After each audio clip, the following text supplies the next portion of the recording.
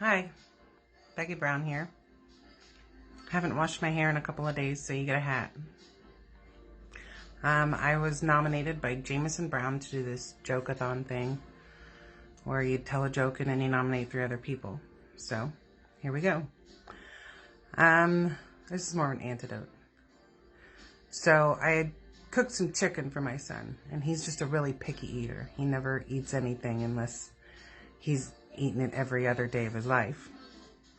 So I made this chicken, but before the chicken, I had popped this pimple on my chin. Before I started making the chicken, I popped this pimple on my chin and dabbed at it with this little piece of toilet paper, and then I threw it in the trash. And then as I was making the chicken, I was putting salt on the chicken, and I don't know where my salt shaker is, so I just, pinched a little and sprinkled it over it, and then threw the rest of it in the trash.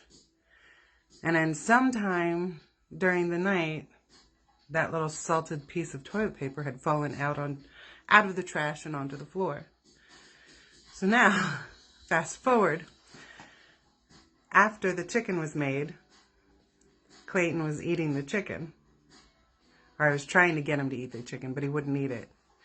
He was just wandering around the house, taking a bite here and there. Only when I was like, eat the chicken. And then, so, after a half hour of him doing this, he comes up to me with that white thing in his hand. And I thought it was chicken. And he thought he was like doing like a good thing, like picking up some trash and be like, here, Mom, I picked up this piece of trash for you. But I didn't know it was trash. All I saw was this white thing in his hand. And I was like, eat it. and he looked at me confused. He was like, huh? I was like, just eat it. And so he took it and he put it in his mouth and he got this look on his face like, ugh, and he took it out and he was like, it's salty. And he handed it to me and I was like, why don't you just eat what I tell you to eat? And I looked at my hand and it was this bloody pus-covered salted piece of tissue. And I was like, holy shit, I am so sorry, baby. But seriously, why would you eat that and not the chicken? Because you asked me to, guys. But I asked you to eat the chicken too. But anyway, that was my little antidote. I now nominate Leslie Battle, Walter Joseph, and Garrett Snipes. Thanks for listening. Have a good night.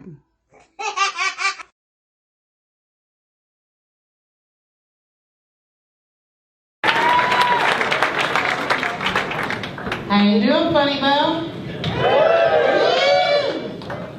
So as you can see, I'm not a small lady.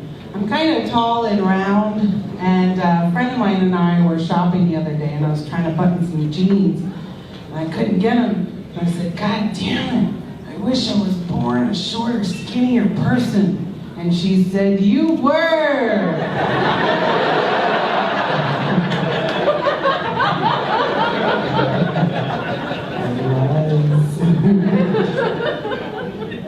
No, but I had a baby a year ago, and I breastfeed. And let me just, thank you. But let me just explain to you how that works. You look at your son, he's adorable, and he makes you so proud. And hormones make your boobs leak. But this process doesn't discriminate. There's this comedian who started out, was just horrible. And I went away for 9 months and came back, and he was killing it, like every night. And I was proud of him, and my body wanted to feed him.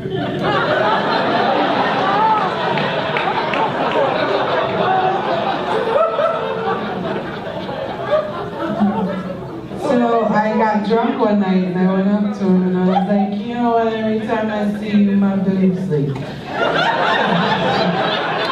So why don't you come over here and give my tits what they want? I know, I turned myself on. And I can relate to an inappropriate boner now. And it makes me feel like a rapey frat boy. What I'm I'm trying to say is, if you have a sweet face and the voice of an angel, don't leave your drink unattended or on me. I won't roofie it, but I will turn it into a White Russian.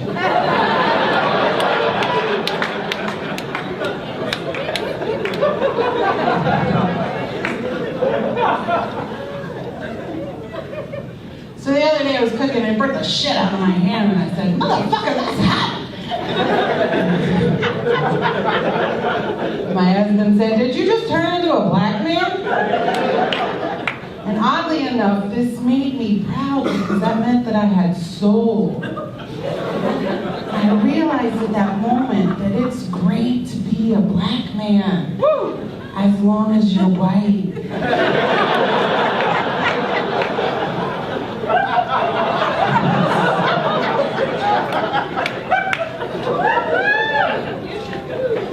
Now the festival season is coming up. Woo!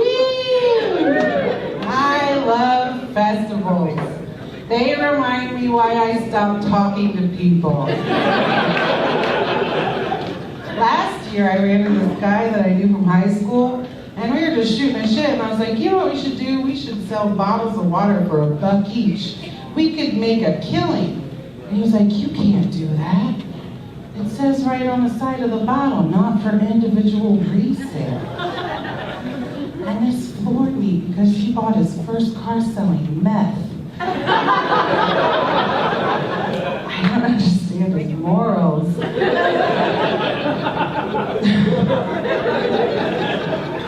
But I have a feeling that Ziploc have printed on the outside of all their baggies, not for individual resale. I mean, I've had things in life, like a diploma, or a house, or teeth.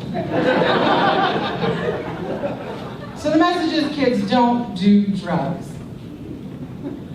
So I used to snort a whole lot of Oxycontin back then. I did, but I quit. I quit because I snorted up the last of my shit, and I was like, if I could get more, I would suck a dick. Blindly, strange dick. I would stand on the street corner and be like, gentlemen, line up, because I'm sucking dick tonight. And I had cash.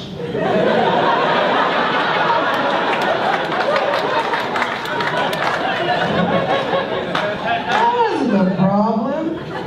This shit was just so good that it made me want to give back to the community. And I'm Becky Brown, everybody. Have a wonderful night.